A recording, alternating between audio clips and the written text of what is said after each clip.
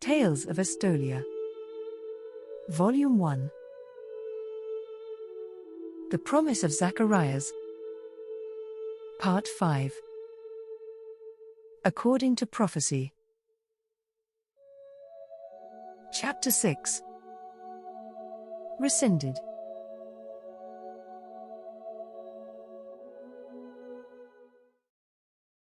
Why are the men of Estolia so stupid? What makes it so hard for them to understand the difficulties of the Estolian way for women? Shortly after I moved back to Estolia with my husband, my father gave me the Enscrito I left behind. When I read the words I wrote, I wanted to comfort the woman I was when I wrote them. She couldn't have understood even if I was there to tell her. Experience, it turns out, must be experienced to be understood. Perhaps the lessons I learned as a young, rebellious woman were necessary for me to find the correct pathway to peace, happiness, and contentment. I would not trade away the life I know now, not to spare myself my hardest lessons, and not to regain the spiritual blessings I squandered. My current joy makes all my trials worthwhile.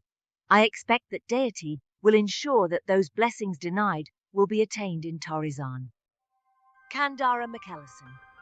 Inscrito.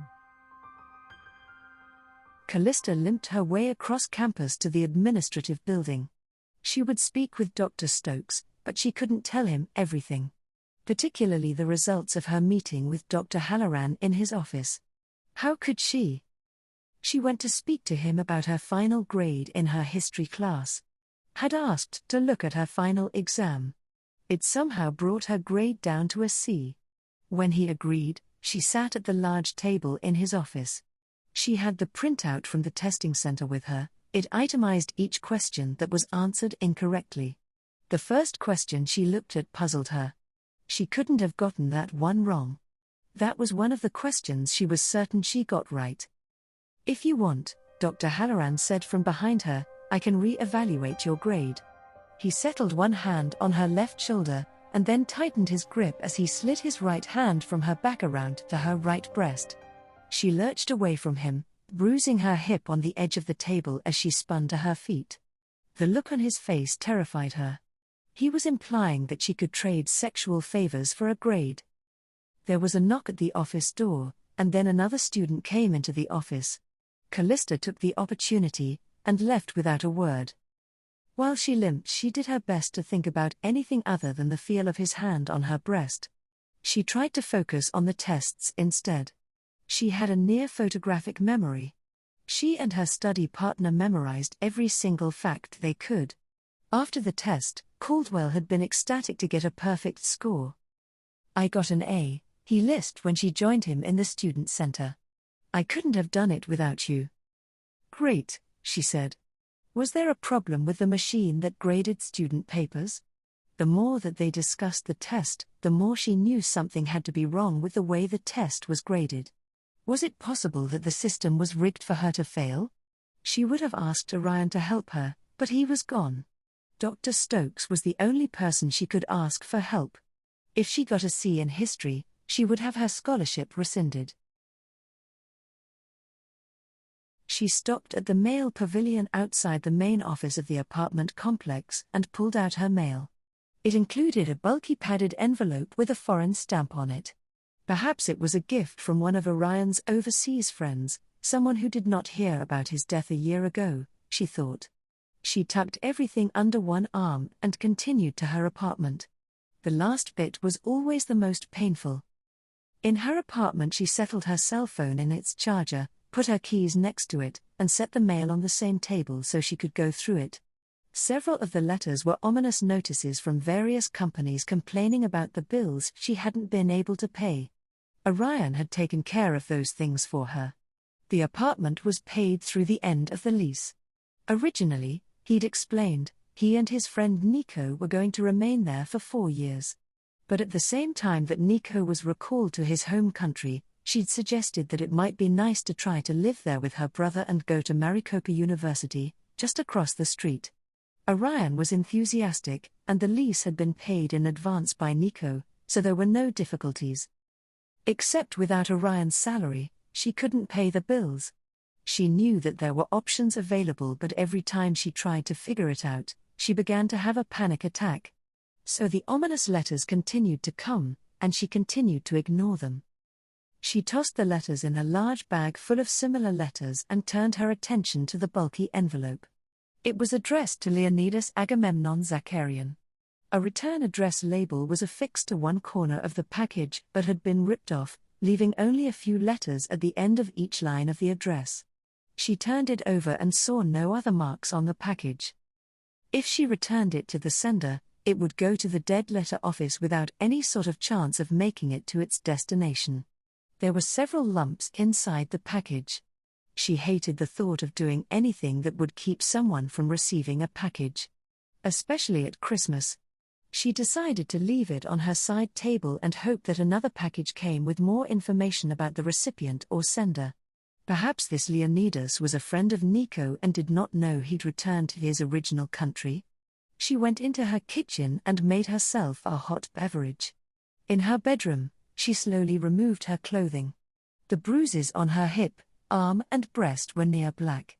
She didn't remember him actually bruising anything other than her arm, but she bruised easily. Stokes will stop Halloran. The words were bitter. The United States is often called godless. Palgia said with a lopsided smile. And they aren't far wrong, one major. She nodded her head at Herschel. And 2 minor deities. The minor deities have been released. Their people utterly forgotten in the mists of time. That leaves you as the only one left. Not the only one. Herschel growled. Are any of them from Halloween County then? She fixed Herschel with a sour look. She was always careful to hide her expression during her interactions with him. There were 3 factions against Alora's success, and against the success of the Grand Design. That was, if one could call Herschel a faction. To Palgia he was just a foolish individual obsessed with Alora, and incapable of seeing the bigger picture. She enjoyed the way she used him. Oh, yes, she used him for her own ends. She even allowed the other faction to manipulate him, so long as it furthered her own purposes, and those of her mindset. None of them trace their lineage to Hollow's End, or Halloween County. Halloran, though, does have a 1/8 blood tie. Else you could not influence him. She waved her hand towards the scene creeping by in real time. It was the only way to be sure that one's actions followed the prescribed pathway. It was a dull way to spend one's time, but she had to be sure. She wanted to look back at the girl, but she needed to keep Herschel ignorant of her motives and purposes. Yes, I could not have influenced him. However, Stokes... He waved a hand at the pugnacious administrator who had already had suspicions of Halloran's less savory practices. He'll stop Halloran. Palgia hid her smile. Leaning towards Herschel, she used one of the gifts of genetics that she rarely thought about and even more rarely used. But Herschel was susceptible. In spite of his obsession with the near ugliness of Alora, he was motivated by his sexual organs. She kissed Herschel, pushing her body towards him, feeling his physical reaction. In the back of her mind, she cursed the necessity. But she needed his judgment to be flawed. Needed him to overlook some of the weak links in the story she'd been feeding him during the Grand Design. We'll simply have to stop Stokes, she said with as much nonchalance as possible. She chuckled and added, with Stokes out of the way, Halloran will take over for him. When she goes to lodge her complaint, she'll be stuck with him. The 2 entities ignored the events in the Grand Design. Palgia thanked her genetics again for the sexual characteristics she was given and was talented enough to use in her favor. The office was quiet. The only thing she could hear was the ticking of the massive wall clock. She frowned several times at the clock as it ticked away the minutes. She had never known Dr. Stokes to be late for anything. When the door did open, 45 minutes later, she got to her feet, turning to smile with relief at Dr. Stokes. Only it wasn't Dr. Stokes. Ah, Callista, it's such a pleasure to see you again. Dr. Halloran's voice was smooth as silk. "Where's Dr. Stokes?" she demanded. "Alas," he said, his voice showing only satisfaction. "It appears as if he was hit by a car while jogging this morning." "Will he be all right?" she asked. After a grimace of distaste, he said, "They say he'll make a full recovery. But it will take weeks or even months. I've been asked to take over part of his workload. How can I help you?" The clock in the office started to chime, so she lied. "I have to get to my last final exam," she said. "I'll come back later." She made the grueling walk back to her apartment almost on autopilot. If Dr. Stokes was out for months, she wouldn't be able to appeal Dr. Halloran's fake grades. Which meant that the next scholarship check she was to receive, including her living expenses, was just not going to arrive.